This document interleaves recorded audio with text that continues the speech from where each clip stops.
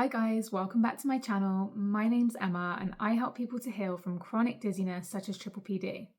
If you're new here, don't forget to hit the subscribe button if you want to see more videos that can help you to heal from dizziness. And if you like the video, please like it because it will help it to reach more people.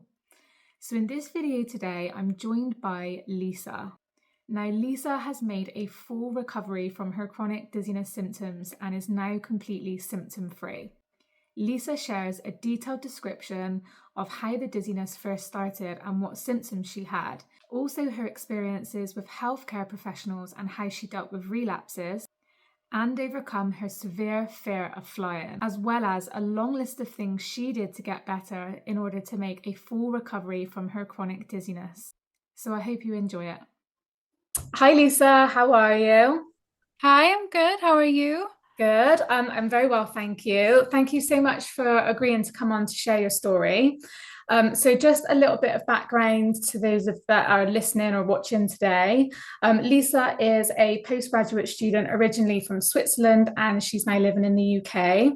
Lisa and I met online back in September 2023, when she contacted me saying she'd had a really tough year living with chronic dizziness. So fast forward to today, and Lisa has made a full recovery from her chronic dizziness symptoms and is here today to share her success story with us all.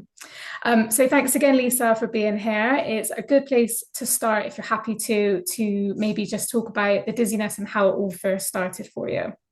Yeah, absolutely. And I'm really excited to even be in this position to, you know, be sharing a success story. I mean, I relied so much on these stories, so it's really exciting that I get to share mine. And I never thought that I would be in this position, so I'm really excited. So thanks for the opportunity. So my dizziness started in March of 2023, and it happened pretty quickly after my grandpa passed away, which at the time I didn't really make the connection, but now with hindsight, there seems to be quite a link between the two. Um, the very first experience that I had feeling dizzy was I remember it so clearly. I was sitting in the car. I was at home. It must have been reading week or something. And I was at home, and my mom and I were driving to sort of an Asian food store, like an hour away. We didn't usually go to like that far away, and that's, I feel like that's kind of significant because of how long I had to be in the car with this dizziness. And I remember exactly where I was, and I just started feeling really off. And the first thing that the first, I didn't feel, scared. I didn't feel panicked. I just felt incredibly weird. And I thought immediately, my thoughts went to, have I eaten enough? Am I just feeling a little bit tired? Like why am I feeling this way? It was just a really, really odd sensation. It was just off. It was no, not vertigo. It was just like my eyes were not correctly interpreting my environment. And that persisted all the way to the food shop. And at this point, I just wanted to be home. I wanted to lie down. But I got out of the car, we went in the food shop, and it was still there. I remember being in the aisles, and the only way I can describe it is like if you are drunk and you're standing still and you're looking at, whatever's in front of you, and you can tell you're not sober, but you're a bit giddy. I had no giddiness. There was no fun. It was just really, really, really weird. Mm.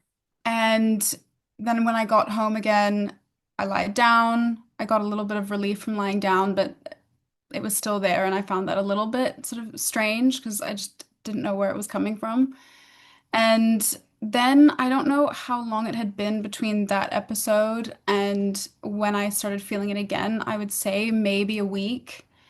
This was my like the worst episode. This was the really, I think, what started everything, and I don't know if cause is the right word, but it from this point it was pretty bad. And it was when I went to go fly back to university. Because at the time I was home in Switzerland, and it was time for me to go back.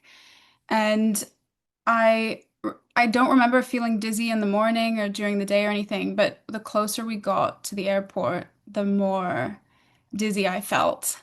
And again, I just didn't know what was going on. I didn't know why I was feeling this way. I just started feeling really panicky. And as we approached the gate, or rather the sort of the area before security, I had to step outside, and I just started crying because this was the first time I felt like such panic in my chest. I didn't know I really started to feel like something was really wrong. And I think that feeling of not knowing where it's coming from in the beginning is what causes so much panic. Mm. Um, and then my mom was saying to me, you really you don't have to fly today if you really, really don't want to, if you don't feel well. And I was just sort of thinking, well, it's either now or it's in a week from now or it's in 2 weeks from now, but I need, I'm gonna need to fly home or home, not really home, but fly back to university. Um, and I just said, you know what? Screw it. I'll get on the flight. Let's go for it. Let's just see what happens. And it was positively the worst experience like of my life. It was horrible. I was the whole flight was me trying not to throw up, trying not to panic. There was a really, really sweet woman next to me who was trying to calm me down, make me feel better. She could tell I was definitely in a state. I had, like I was fanning myself. I was trying to do deep breathing and she obviously noticed. She felt my anxiety and it was the first time in those first few weeks that it started to get really, really bad and uncomfortable and sort of debilitating. And then when I landed, and then everything was fine again, and I thought, okay, all right, it's gone. It's fine. It's gone again. Sometimes these things happen. And then I got on the coach and to get back to my university campus, and everything was it was yeah, it was fine. I felt good in the coach. Everything was normal again. And I think it was maybe a week where I would have symptoms and then a week that it would go away and a week that it would come back and a week that it'd go away. And it went away for a period of about a week. Sorry. For a period of about a week. And then that was the longest it had gone away for. And I thought, okay, it's gone. That was just some really weird episode. I don't know where it came from, but it's fine. And then it just hit me like a ton of bricks. And then from that point on, it was 24/7. And just I want to refer back to my notes, making sure I'm ever saying everything that I wanted to say. Yeah, it came back and it stayed. And between the months of April and September, from when I found sort of to when I found you, I had I had it was horrible. It was horrible, horrible, horrible. And I have a list of symptoms that I can go Yeah. through. I've written those down. Yeah, sure. Yeah, that would be really helpful. So I've separated the symptoms into two categories. The first being 3PD, like really directly as a result of 3PD, and then others which were as a result of anxiety and Okay. fueling everything. And to me, they really went together. Mm-hmm. So I have written down obviously the feeling off 24/7. I had peripheral movement, just things were moving in my peripheral vision, like paintings or not, I mean, I don't have paintings, but like pictures on the wall Yeah. or it was moving. I had feeling like my vision or the object that was in front of me was coming closer to me and moving away. I felt often like I was being pulled to one side or the other. Mm-hmm. I also felt when I was lying still, which I tried to do as little as I could at the time because it brought on more symptoms. I just felt my whole body was like buzzing. Like there Mm-hmm. was so much going on in my body and yeah, I remember that being quite uncomfortable. And then I also had brain zaps, not too many times, and I'm still not entirely sure if what I was experiencing was a brain zap, but just feeling just like either my vision would go or I felt like there was like some force being pulled sort of the back of my head, like I was being pulled down. Just really weird sensations, sensitivity to particularly light movements. So even the slightest of movements would make me feel really wonky. I would much Mm-hmm. prefer a bigger movement than a smaller one because it Yeah. just, yeah, and that also, of course, persisted. Brain fog was a big one. I had a lot of difficulty thinking and putting sentences together sometimes. It was just really difficult to use my brain. And Hmm. um, so, yeah, I'm sure I'm forgetting some, but those are the ones that I wrote down. And of course, with regard to anxiety, I had chest pains, Hmm. stranger sensations, and I'm just wondering maybe it'll help someone who's just starting out in their journey and thinking, oh my God, am I dying? Is something wrong? And just sort of the power of anxiety Yeah. when it comes to the symptoms that you're feeling. So I had really weird chest pains. I had a complete lack of appetite. Any food, I was just, yeah, an aversion to it.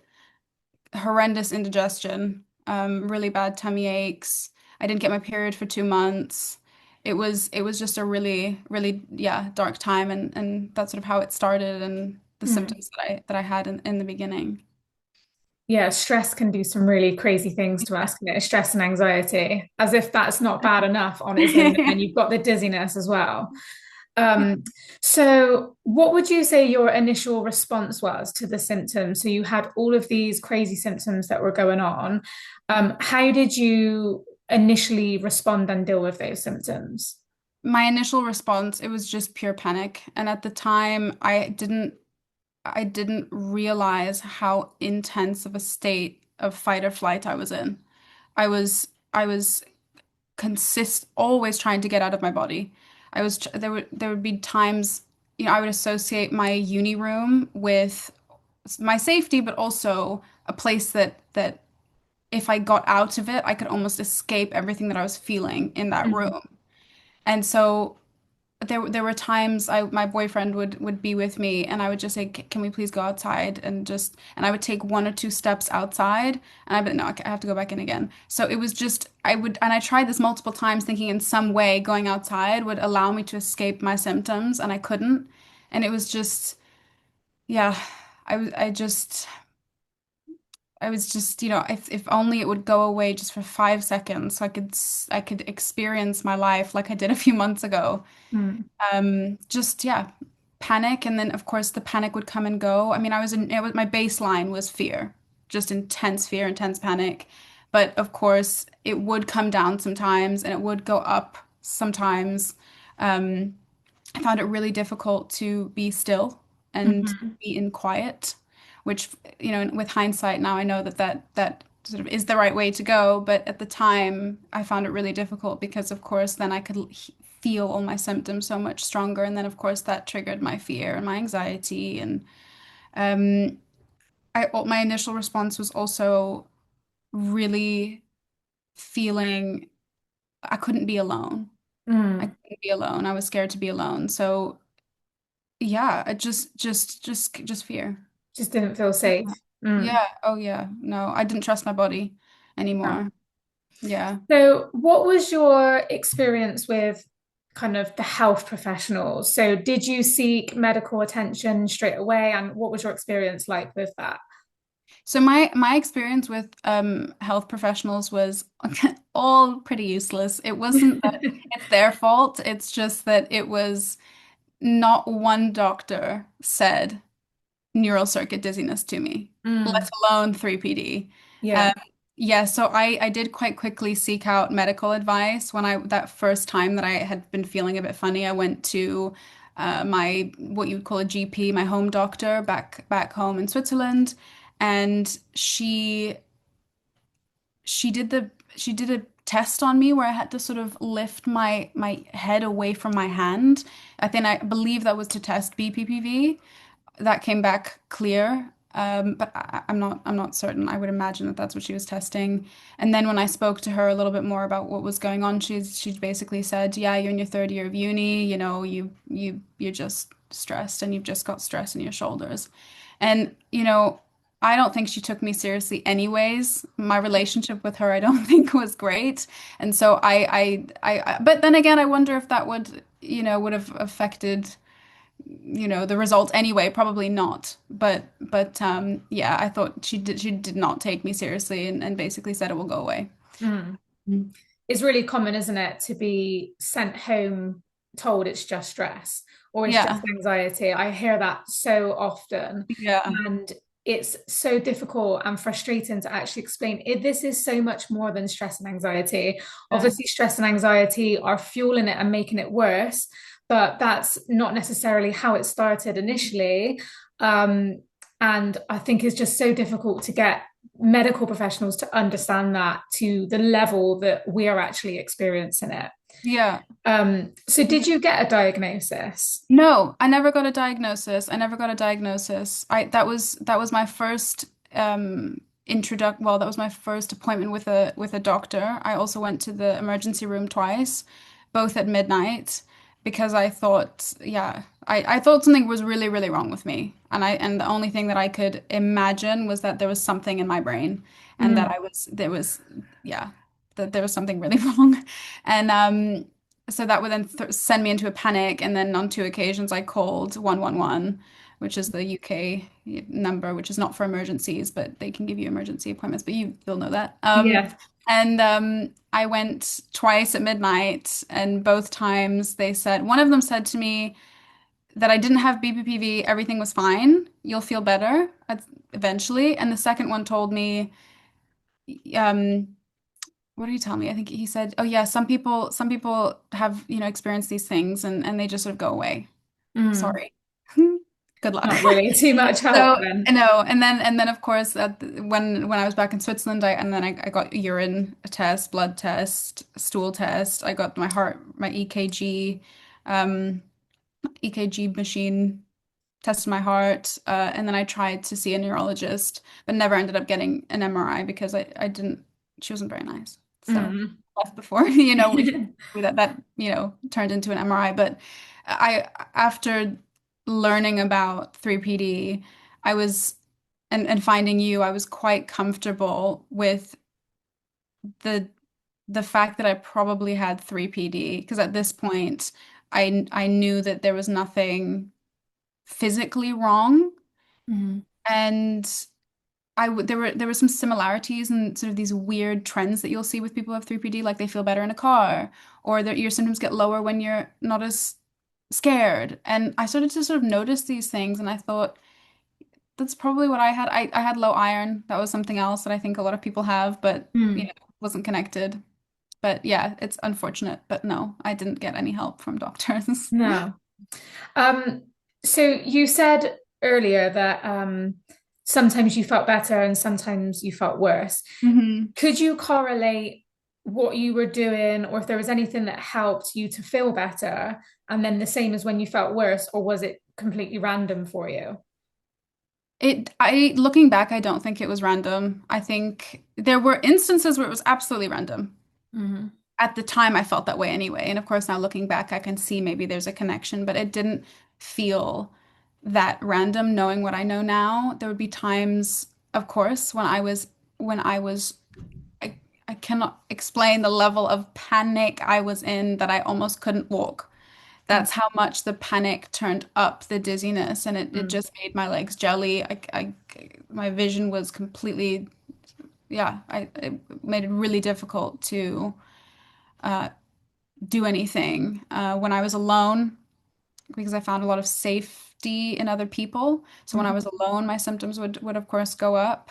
So yeah, I would probably say that a lot of the times that there was a correlation, but sometimes it would hit me out of the blue and I'd have no reason. No, there would be no reason in my mind at the time why it happened, which of course is really uncomfortable. Mm. So, Yeah. so you'd gone through this kind of long period of feeling really dizzy, an intense amount of fear, crazy symptoms, just being really afraid of what's going on inside your body, not too many answers or help from medical professionals. What was the turning point for you when you started to get better? Was there something that you did, or was it you came to realize something, or you did something differently? Can you just explain what that looked like for you? Yeah, so the turning point was when I found you, and it was when I found the City Coach on YouTube. And I had come across the diagnosis 3PD before, and I had seen the diagnostic criteria and didn't think it really applied directly to my situation because I there were some symptoms on that list that I wasn't experiencing, and I just wasn't sure. But when I came across your one of your videos when you talking about your story, there were a lot of similarities, and I thought, oh, maybe I do have 3PD, and it was something I sort of played with in my mind. And I emailed you hoping that you would respond, hoping, praying that you would respond because it had been sort of a few weeks or maybe even a month since you'd posted, and I was thinking, oh, I hope she's still doing one-on-one coaching, and I reached out and asked if we could have a call, and that was really when everything changed. Um, and that's when I started practicing fear reduction. Mm. That seemed like a really easy place to start. And at first, when you had said to me, yeah, it sounds like 3PD, all of my tests came back clear, and I myself thought, probably is 3PD, I started to engage a bit more with the material. And when I was when I was looking through all this material, I was just thinking, at first I was quite skeptical because I thought, yeah, okay, I can solve this horrendousness going on in my life right now, these horrible symptoms with a lot of internal work and fear reduction. It just all seemed a little too good to believe, but also really difficult not knowing where to begin and feeling overwhelmed. So I thought fear reduction would be a really easy place to start. So the first time that I practiced fear reduction, I was going to meet a friend, and I was already quite scared to go and meet a friend, but at this point I was home. I felt a little bit better being with my mom, being in a safe space, feeling a bit more safe in that environment than I did in uni. But I went to meet a friend, and she was 5, 10 minutes late, and I started to feel more severely dizzy. And my immediate reaction was, oh my God, fear, panic. And then I relaxed my shoulders, and I thought, okay, you know what? I'm going to go sit on a bench. I'm going to put a somatic tracking meditation on, and I'm going to close my eyes. I might look silly, but it's okay. And I just listened to, because it was a mix. It was an affirmation sort of plus somatic tracking-ish, and it was a video, an audio that you'd sent me. And I just listened to it, and I listened to, I really tried to view the dizziness just as a third person observer, neutral, um, and just really tried to stay calm, which was vastly different to the reaction that I was having in the beginning. And it was amazing. I turned off the affirmations, the audio was finished. I opened my eyes, my symptoms were gone. I had Gone no, completely. yeah, gone. Wow. I didn't feel any symptoms. And I was just like, oh my goodness. This is amazing. This Mm. is gonna work. This is working. And that was, of course, wonderful because it was just, yeah, it puts confidence in you that this Mm. is the way that you can, Yeah. and obviously at that time I didn't, my goal was really, I was doing that affirmation, the meditation to make it go away. But obviously over time I think, that didn't always work. It wasn't like, oh, I would listen to a meditation, it was gone. That's, Yeah. and sometimes I would listen to the meditation and it would increase. But that time, the very first time I did it, it worked, Mm. and I felt so much better. And so then I started to rely a lot more. Mm. My focus became fear reduction. Yeah. And let me refer to my notes again because I have so much here on fear reduction. Um, yeah. Yeah, that's when it all started, and the fear reduction did a lot for me in the beginning, and all throughout really. I spent a lot of time with my symptoms. I would notice when my symptoms were more severe, I would I would go into my room, I would lay down, and I would put on a somatic tracking, and I just spent a lot of time with the symptoms and listening to them, and it was such a refreshing experience because one of the most exhausting experiences when I was going through it before I knew what 3PD was trying to escape my body and not feeling like I could, Yeah. and just not getting away. I just wanted it to stop. And it was such a wonderful change to be able to, instead of fighting and constantly being in panic and fear, to not have that. And yeah, it became something that I did in my everyday routine. Um, it also gave me the confidence to start going out with my mom a lot more. Mhm. And going out with my mom was a huge confidence as well for me because in a way, in hindsight, you know, also caused its own problems because then I started to create some sort of association between safety and my mom, safety and home. Yeah. So that of course posed, its own problems later on down the line, but it was really nice in the beginning to start to gain confidence and I started to go out a lot more with her. I was still, I still felt dizzy, but the baseline was so much lower and I was just like, it's okay. Okay, I feel dizzy right now, but I'm enjoying myself and it's Mm. okay. I'm fine. I'm safe. I'm okay. And that's not necessarily to say I believed all of it then, Yeah. but it was, that took time, but that's really how it started. Yeah. I Right there. think sometimes you have to go with it, knowing that it's Yeah. the right thing to do without having the evidence, first of all. So just trying things and then afterwards seeing that it actually worked or helped in some way, and then thinking, oh, okay, this actually can help me. Because a big part of what I talk about on my channel is changing your perception of the dizziness. Oh And it yeah. sounds like that was what you did in terms of reducing the fear, or Hmm. when the dizziness actually came up, that you spoke to yourself differently, Yeah. and over time it started to gradually reduce. Is that what you would say, or was it moments of one day it was there and then it would be gone and it was a bit up and down and a bit messy, or how did that look like for you? It definitely became messier later on. Hmm. At that point, my I the knowledge base that I had with regard to 3PD and also healing was still quite little. It was still Hmm. quite small. And it was definitely not messy in the beginning. In the beginning, it felt quite comfortable actually, I was in my safe space. I was doing my meditations. Yes, there would be times that it really got me down, but in the very beginning, it it felt okay, but that was only when I was at home. Yeah. I found it really difficult to go out and meet friends. I found, I found it really difficult to do anything by myself. Even being at home on my own was scary Mm. because I was still fearing symptoms, but obviously these are things that I started incorporating later. And the self-compassion aspect as well. I wasn't practicing self-compassion then yet. Mm, Yeah, it was my really in the beginning fear reduction and somatic tracking and trying to um befriend the sensations that I was feeling and trying to or at least view them with neutrality.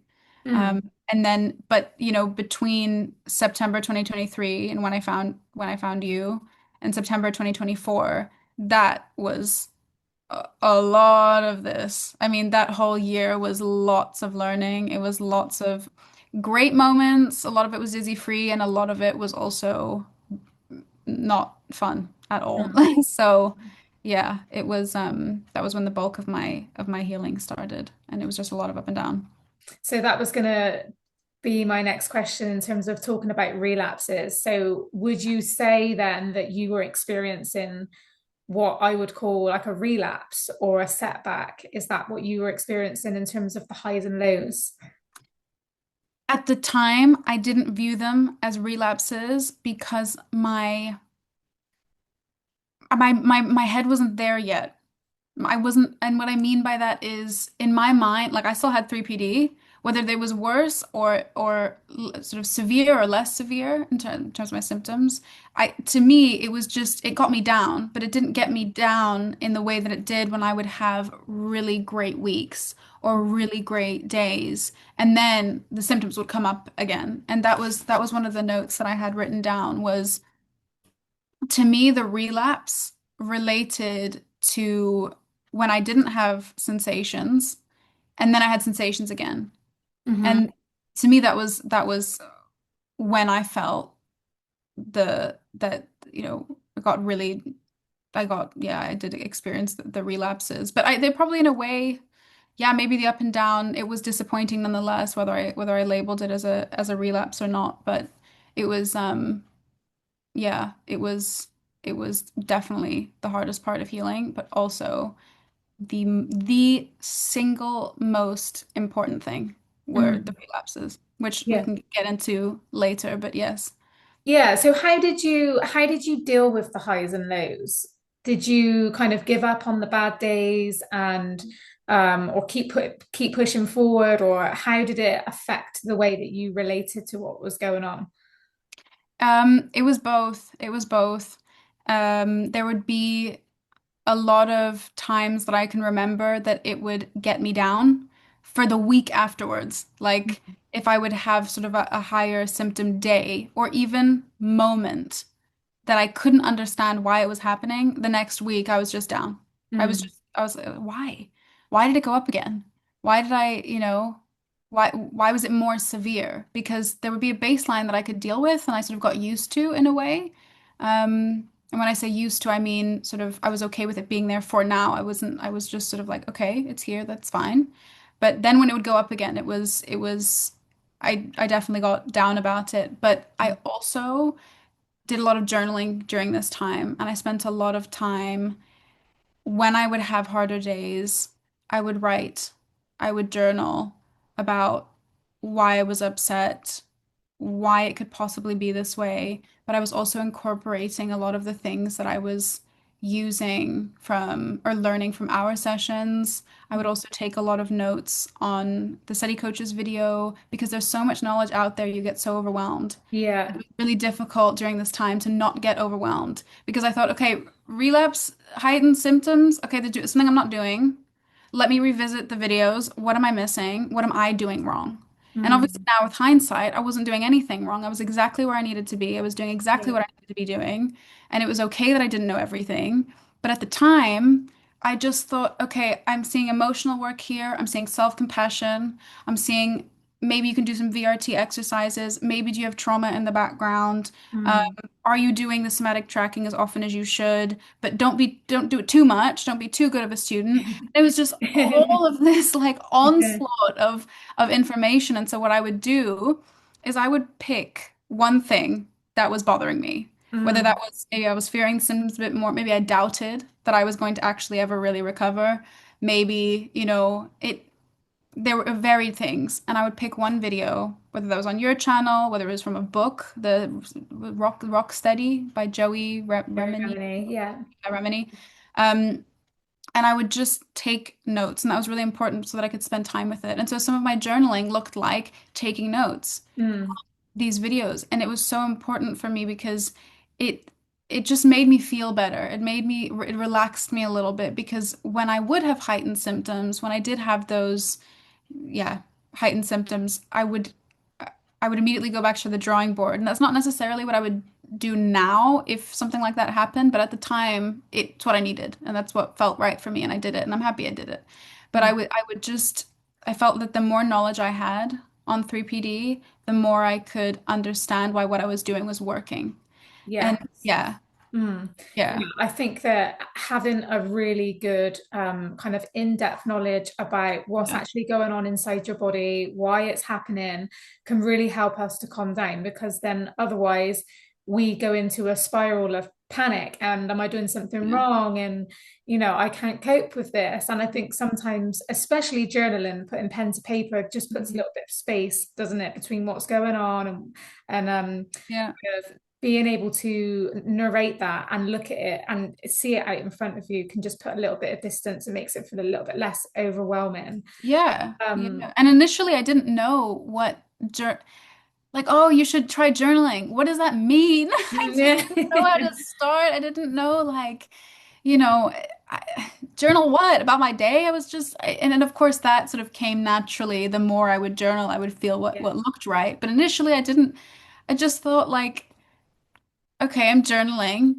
But what do I journal about? What mm, am I doing this right? And then the more you journal, whether it's taking notes, so you're increasing your knowledge base, or whether it's really allowing yourself to just process everything that's going on. And that's something that I would love to talk about later that I have written down, but Mm. just how important it has journaling has been as a tool for me to process things. And that's also something I didn't understand, how to process. What does that mean to process your emotions? Mm. But ultimately journaling, yeah, journaling is something that I did quite a bit when I would relapse, when I would have heightened symptoms because it gave me hope again. Yes. Yeah, Yeah. I think hope is such an important part of healing. It's something that everybody has access to as well. Everybody can have access and hold on to hope. And as long as you've got hope, you're still in the game. Yeah. I think that that's so important. Yeah. So why do you think you got better? hmm so many reasons, so many Mhm. reasons, but this is also something else that I wanted to say before I get into that. Everything in its time, everything in its time. That was also a lesson that I've learned now looking back. You don't have to do all of this at once. Pick one thing and go with it for as long as you feel you need. And over time, these things will all naturally fall into your routine. So try not to get overwhelmed by it. That was Mm. something that looking back, I can definitely see. Had someone told me that, I would have appreciated it. But so I have 10 points written down, and I've already said fear reduction was huge, Yeah. huge.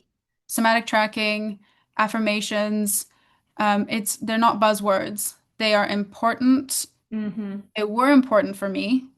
Um, Spend time with your dizziness, sit with it. It's safe. That was one of the things that, of course, really helped.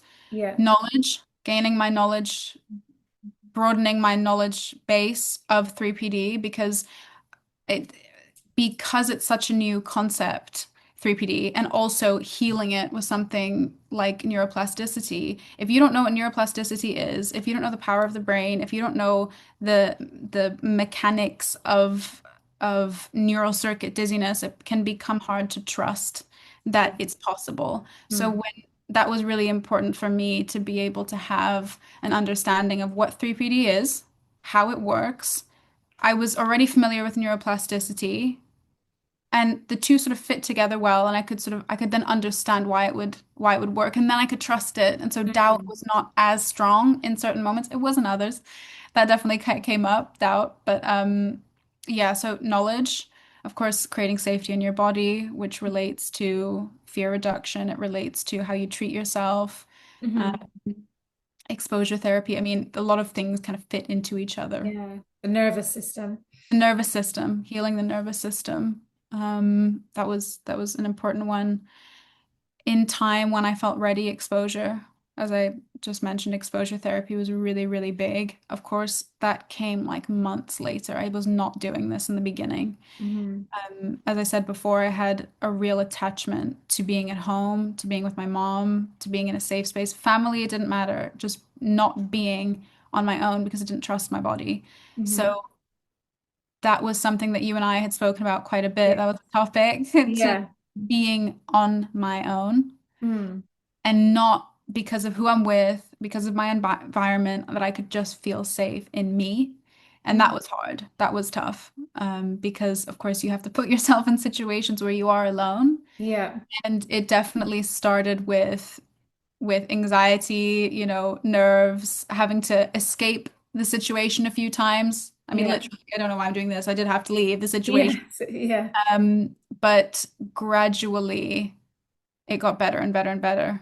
And of course now it's not an issue at all. That's a non-issue. But yeah, at the time, being able to needing to go out and do these things, but of course in a positive, you needed to be Yeah. positive. That was something that you also said to me. It's okay if you're not, if you just don't feel like it. Don't feel like you have to. You know, you just Yeah. be positive. Yeah. Just every day is different, Yeah. and you can pick and choose what you feel like you're kind of feeling okay to do each hmm day. So it's hmm okay to say no sometimes.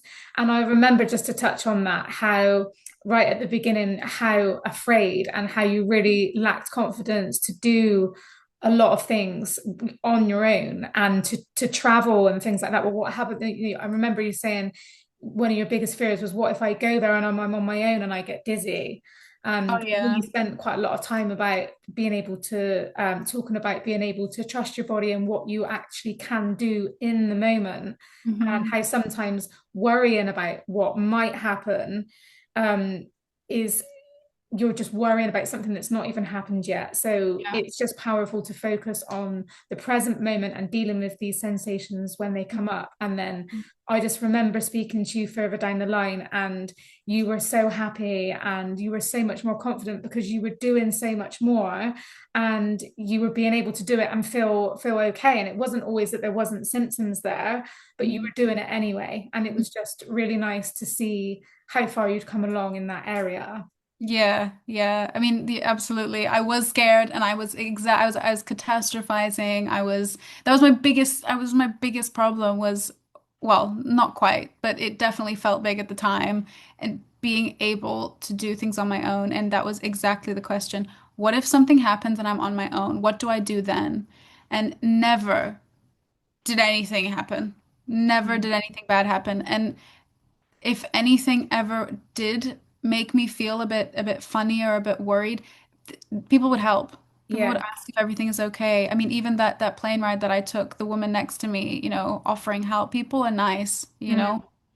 But Yeah. yes, that was definitely that was definitely really, really, really tough. And I still now there's a little voice that's like, but not related to 3PD, just the residual anxiety that I have Yeah. from all of it and Mm. being able to do things on my own. So Yeah.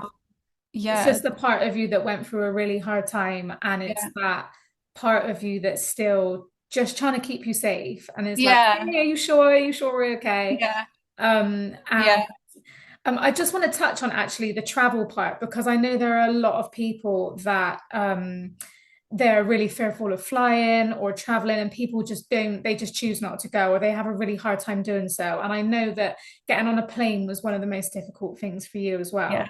Can you just share maybe how you kind of how you navigated that? And because I know that you do fly now, and yeah, can you just share any tips or what worked for you in terms of travel?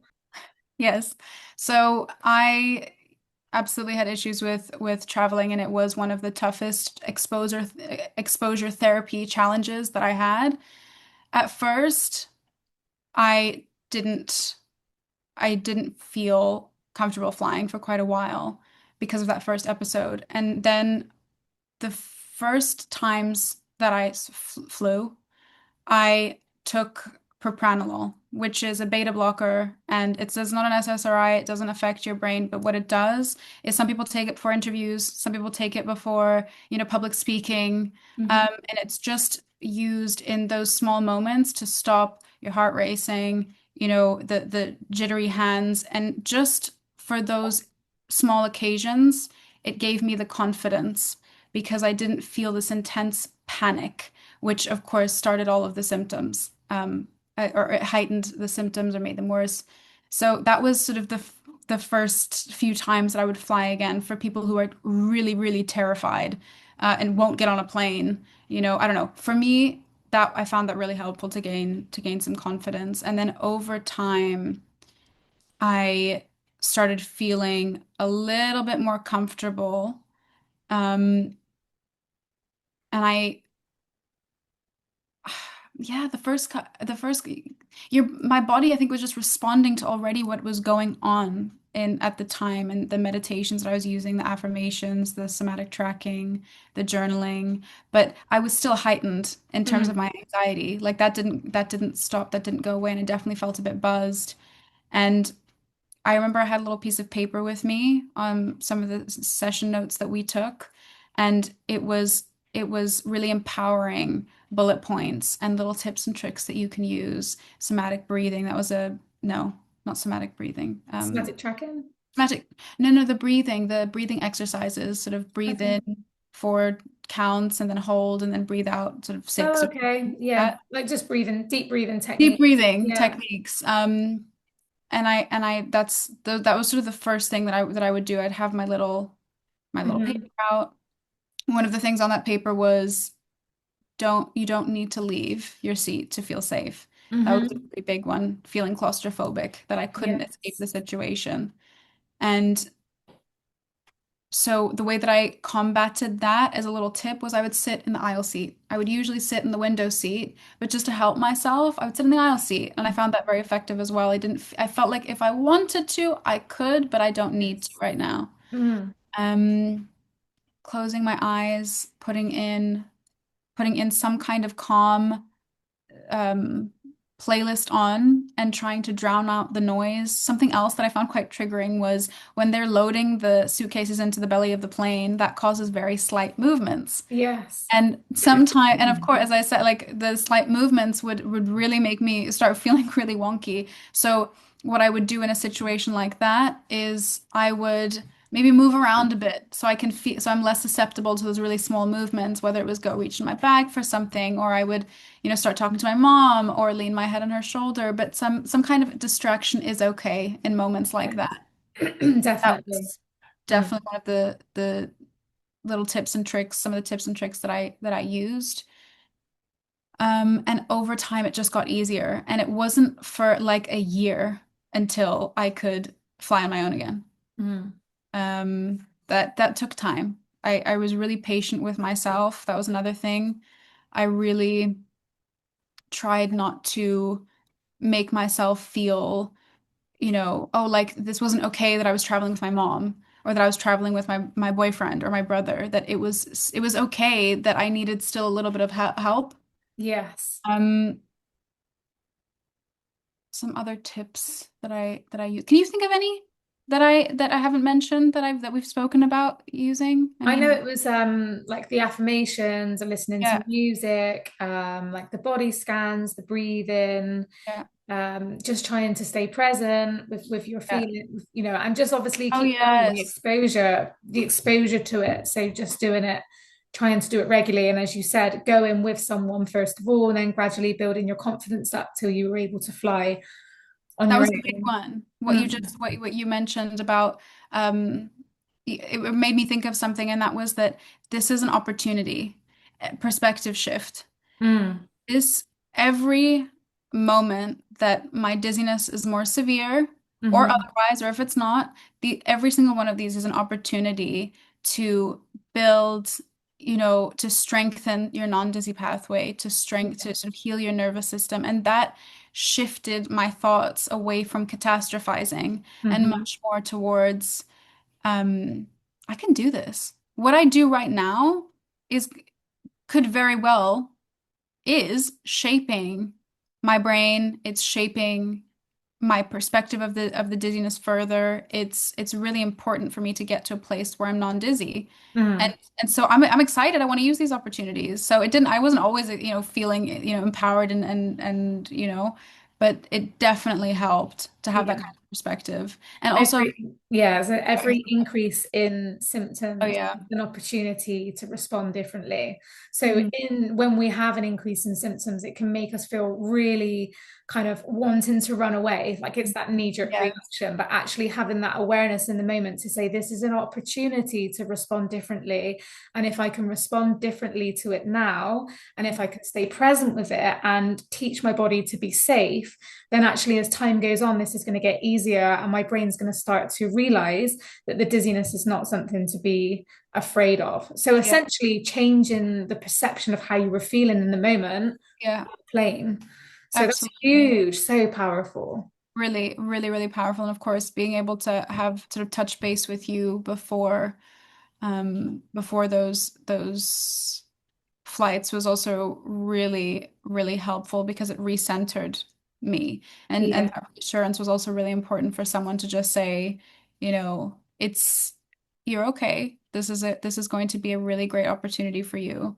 And I mean, I was in Greece when I was feeling a lot better with my mom. We went on a little trip together, and this was when my symptoms were really like a lot better. But of course, I still had room to grow. I didn't know at the time, but we went they had one turbine. Each wing had no, it didn't even, I think it was just like, those really dinky little airplanes. Like the And it propeller planes. yeah, propeller Yeah. planes. It was tiny.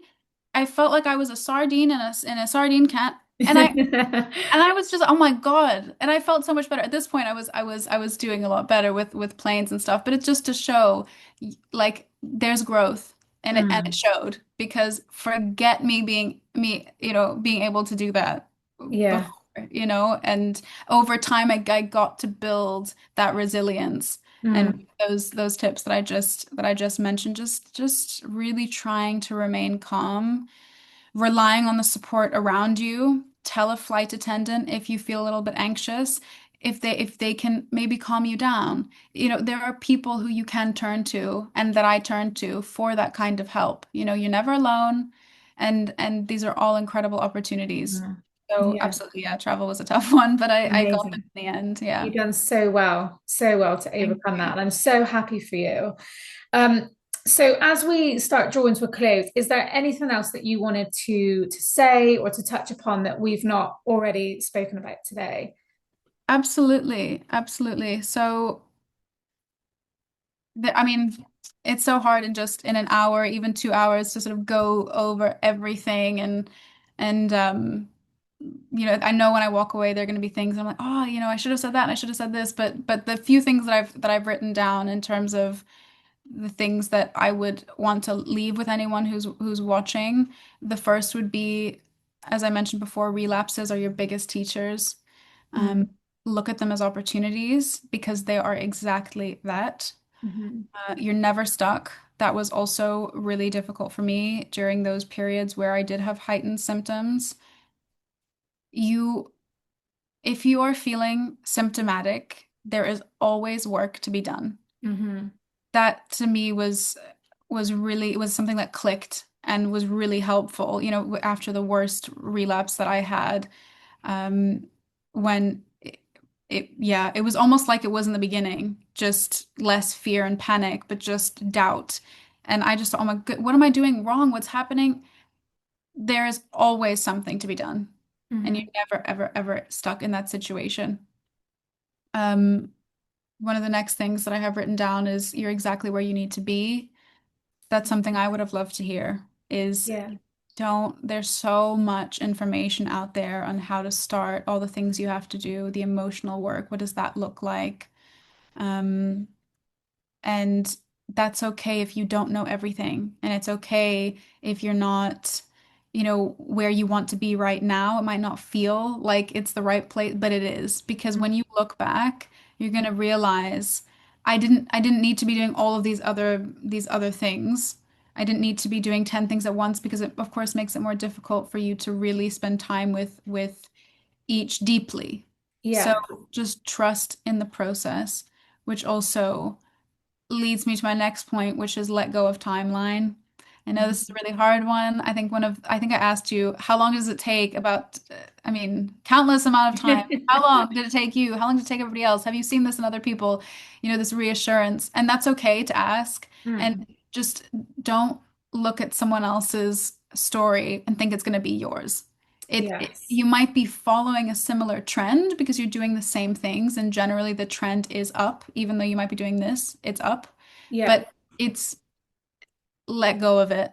My favorite mantra, it takes as long as it takes. Yes. It's because when you let go of that, you feel so much more free, and then Less you can pressure. focus on you. Yeah, exactly. Exactly. You feel sort of a pressure of you need to get it done by this time. It's not an exam. It's not, there's no deadline. It's about changing the way you relate to yourself. It's about you becoming your priority. It's about healing your nervous system. That's what it's about. Not about as of when. That's a bonus. Your symptoms will come down. But Yeah. it's about how do you treat yourself? How do you relate to yourself? And it's about healing y- Yes. your hypersensitive Mm, nervous system. Doubt is a symptom of 3PD. Don't let it get to you. mm, It's hard, but that's definitely something I would also want to leave with people. It's a symptom of 3PD. It's normal. mhm, Um, yeah, and those are the ones that I've written down. I think another one is the emotional work aspect. Also, try not to get overwhelmed. Some people don't. Well, my experience was when I heard the term emotional work, I didn't know where to begin. I didn't know what that looked like. In the same way, I didn't know what productive journaling looked like. mhm. if there's something there, it will come up in its own time. And that sort of relates to what I was saying about, you're exactly where you need to be. It will come up when it comes up, if it does, if there's anything. So just take your time with the Yeah, process. that's really good advice. Thank you for sharing that. And finally, then, how are you now? Good. I'm really, really good. I'm really, really good. I am healed entirely. I don't feel 3PD symptoms anymore. Um, I still, of course, experience normal sensations when I should, because you should feel dizzy in certain moments. If and for me, that's just my little alert system saying, we need to take care of ourselves. Yeah, Um, and when I say dizzy, I mean, if you've just gone down a really long spiral staircase, you might feel a bit wonky. That's fine. That's sort of yeah. dizziness. Mm. But in situations of particularly high stress, there are times that I might have a bit of brain fog, that I might feel a little bit like, okay, I think I need to take some time to take care of myself. And it's actually kind of a blessing, because it's Yes.